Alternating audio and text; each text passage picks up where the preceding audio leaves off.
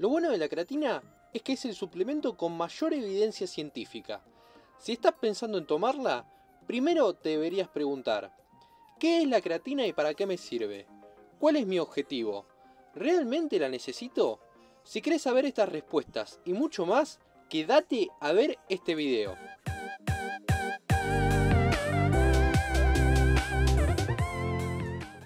Me gustaría comenzar aclarando que el término suplementos no sería el más adecuado, ya que suplementar significa cambiar una cosa por otra.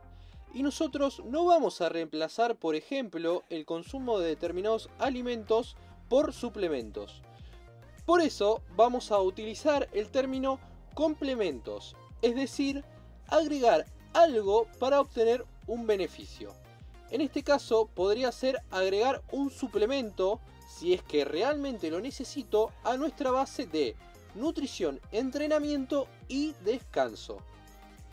La creatina es una sustancia química que se encuentra presente de forma natural en nuestro cuerpo y se sintetiza, es decir, se forma en el hígado, el páncreas y en los riñones a partir de distintos aminoácidos. Está presente en las carnes rojas y en los pescados, así como también se puede producir en los laboratorios. En el siglo XIX, químicos franceses confirmaron que la carne contenía creatina.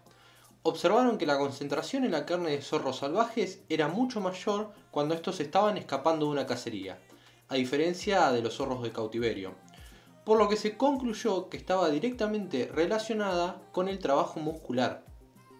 Entonces, ¿qué función va a cumplir la creatina en nuestro cuerpo? Una vez sintetizada, es decir, producida por nuestros aminoácidos, va a ser transportada a través de la sangre y va a dirigirse hacia los músculos, en donde se va a almacenar para que junto con el fósforo se forme la fosfocreatina, la cual básicamente va a liberar energía. Pero es un poco más complejo de explicar. Pero tranquilos que lo vamos a hacer de forma sencilla para que se entienda. Y si ustedes entienden esto, van a saber al 100% lo que están consumiendo. Y acá viene la parte importante. Sí, Volt, prestame atención. Vamos a describir el metabolismo de los fosfágenos, el cual básicamente va a proporcionar energía necesaria para la contracción muscular, al inicio de la actividad y durante ejercicios explosivos, muy breves y de elevada intensidad. Por ejemplo, ejercicios de fuerza donde hay un trabajo intenso, es decir, trabajo con cargas muy pesadas, ejercicios explosivos, así como también una carrera de 100 metros, donde se busca la máxima velocidad en un tiempo que para atletas olímpicos está por debajo de los 10 segundos. Entonces, a partir de estos ejemplos, ya podemos empezar a imaginarnos para qué situaciones sí nos serviría complementar nuestros entrenamientos con creatina. Pero continuemos con el metabolismo de los fosfágenos. Vamos a imaginarnos lo que pasa en el cuerpo de Volt en esos segundos que tarda en completar los 100 metros llanos. Una vez que realiza la partida, el organismo utilizará las reservas de ATP que existen en los músculos. Es decir, el ATP significa adenosín trifosfato. ¿Y por qué trifosfato? Porque está compuesto por 3 fósforos. Básicamente el ATP es nuestra moneda energética, la cual se rompe liberando energía en forma de calor para producir la contracción muscular. Queda de esta forma un subproducto, que es el ADP, adenosín difosfato, ya que como vimos, un fosfato fue utilizado como energía, y se llama adenosín difosfato porque ahora va a tener 2 fósforos. Pasado unos 6 segundos aproximadamente, se gastarán todas las reservas de ATP que los músculos tenían almacenadas. Entonces, acá es donde aparece la creatina, mejor dicho, la fosfocreatina, la cual le dona su fósforo al ADP para volver a generar ATP y realizar la contracción muscular. Dura aproximadamente 15 segundos, ya que los depósitos de fosfocreatina se van a agotar y comenzará a predominar otro sistema energético. Es por eso que si corremos a máxima velocidad, no lo vamos a poder mantener, si es que realmente vamos al 100% de nuestra velocidad. Hay otras vías metabólicas que conviven. Es decir, como dije anteriormente, predominan una sobre otra. Pero solamente vamos a nombrar las más importantes, así ya pasamos a lo que nos interesa, la creatina. Aparte de la vía fosfagénica, que es la que venimos viendo, tenemos a la vía glucolítica. Por ejemplo, nadadores de 100 metros o un WOD de CrossFit. Y a la vía oxidativa, que es cualquier actividad que se prolongue durante más de 10 minutos aproximadamente. Un ejemplo claro sería un maratonista. Bien, con todo lo que vimos anteriormente, ya estamos listos para comenzar a revisar los beneficios de este complemento. El más estudiado de toda la literatura científica, el más seguro y con mayor efectividad, así como también suele ser el más económico comparado con otros complementos. Pero ojo, no por esto quiero decir que todos debemos salir corriendo a tomar creatina. Veamos. Revisando un estudio científico reciente hecho por la Sociedad Internacional de Nutrición Deportiva, con fecha en el año 2017, encontramos que el consumo de creatina genera que los depósitos de fosfocreatina en los músculos aumenten. Supongamos que normalmente tenemos el músculo a un 80% de fosfocreatina. Todo esto va a depender de varios factores como puede ser nuestra alimentación. No significa que todos nosotros tenemos el 80% de fosfocreatina en estos momentos en nuestro organismo. Simplemente es a modo de ejemplo. Pero con complementación tendríamos al músculo a un 100% de fosfocreatina. Ahora, ¿en qué nos va a beneficiar esto? Vamos a tener más energía y de esta forma vamos a poder realizar de a 1 a 2 repeticiones más en un ejercicio de fuerza. Supongamos que en vez de hacer 10 sentadillas vamos a poder hacer 12. ¿Y cómo se traduce? Vamos a tener mayor volumen de entrenamiento, lo que va a ser igual a mayor hipertrofia. Así como también mayor rendimiento en sprints únicos y repetitivos, es decir, por intervalos. Aclaro que todo lo que estoy diciendo está avalado por el estudio anteriormente nombrado y por otros, con los cuales fui reforzando la información y para el que quiera ampliar aún más se los dejo debajo, pueden acceder de forma gratuita.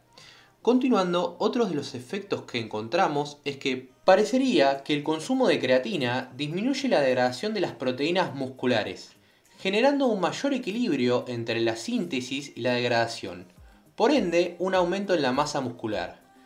También aumenta los niveles de glucógeno muscular. Básicamente aumenta el combustible que utilizamos para entrenar. La creatina podría mejorar la capacidad de buffer, es decir, de amortiguar la producción del aumento de acidez muscular, lo que podría estar relacionado con la fatiga. Un punto interesante a la hora de mantener la capacidad de trabajo. Finalmente, la parte que seguramente estaban esperando. ¿Cómo consumir la creatina? Se conocen dos protocolos de ingesta. El primero, que sería con dosis de carga, el cual consiste en consumir entre 5 a 7 días alrededor de 20 gramos diarios y se suele dividir en 4 dosis de 5 gramos. Y una vez completada esta semana de carga, se continúa con un consumo entre 3 y 5 gramos diarios de mantenimiento. Esta dosis de carga, como se suele conocer, no es realmente necesaria. La única ventaja que tiene es que va a aumentar las reservas de creatina más rápido y la verdad no tiene mucho sentido. A no ser que tengas un calendario deportivo ajustado y necesitas llegar a una determinada fecha. Por otro lado, tenemos al protocolo que se realiza sin carga inicial y desde el principio se consumen entre 3 a 5 gramos al día. Obviamente los gramos que debe consumir la persona va a depender mucho de manera individual. Un factor a tener en cuenta sería el peso, además de otras cuestiones. Por lo que les sugiero que si tienen la posibilidad lo consulten con un nutricionista, para que el consumo sea bien específico. En cuanto al timing, es decir, el momento ideal para tomar la creatina, básicamente puede ser en cualquier momento del día, pero algunos estudios sugirieron que es conveniente tomar la creatina luego del entrenamiento, ya que al entrenar llegará más sangre al músculo y más sangre equivale a más nutrientes, por ende la creatina se absorbe mejor. Este sería un punto muy interesante para tener en cuenta. Dudas frecuentes en base a la creatina. ¿Qué marca recomendarías? Ninguna en especial, básicamente son todas iguales, siempre y cuando estés comprando creatina, ¿no es cierto? Lo importante es que sea monohidrato de creatina, ya que es la que utilizan para analizar la mayoría de las evidencias científicas. ¿Puedo obtenerla de la alimentación? Sí, pero la cantidad de carne que deberías consumir sería muy alta y no podrías asimilar toda la creatina que consumas. ¿Recomendás fase de carga? Como vimos en el video, no. ¿Retiene líquidos? Sí, pero es líquido intracelular, la cual va a dar volumen de intensidad, por ende mayor hipertrofia. ¿Hay que hacer descarga? No, no es necesario. ¿Causa daños renales? No, fue un mito que se generó sobre la creatina, pero no hay estudios que evidencien dicho daño. No respondedores. Algunas personas tienen de manera natural los niveles de fosfocreatina más altos. Esto puede generar menos efectos a la hora de complementar. ¿Más dudas? Deja tu comentario. Conclusión. La pregunta final sería: ¿me recomendás tomar creatina? ¿Sí o no? Después de ver todo este video, no te voy a responder que sí, no te voy a responder que no. ¿Y por qué? Porque es muy importante entender que no es lo mismo lo que necesita Juan que lo que necesita Pedro. Por eso siempre te voy a recomendar que lo consultes con alguien que esté capacitado en el tema. Sea un profe de educación física especializado en la nutrición deportiva o más específicamente a un nutricionista que se especialice en el área deportiva. También es importante comprender que los complementos se justifican en deportistas de élite, en donde se busca continuamente el más alto rendimiento. Y adivinen, el deporte de élite no es salud. Aparte de esto, sabemos que detrás de esos competidores hay equipos de gente capacitada que trabajan en conjunto para complementar su base de entrenamiento, alimentación y descanso con complementos. También podríamos justificar la creatina en deportistas con años de experiencia en el entrenamiento, con varios estímulos semanales, volúmenes altos de trabajo, quizá entrenamientos con doble turno, entre otros. Si les gustó el video, suscríbanse y estén atentos al canal que se viene nuevo contenido.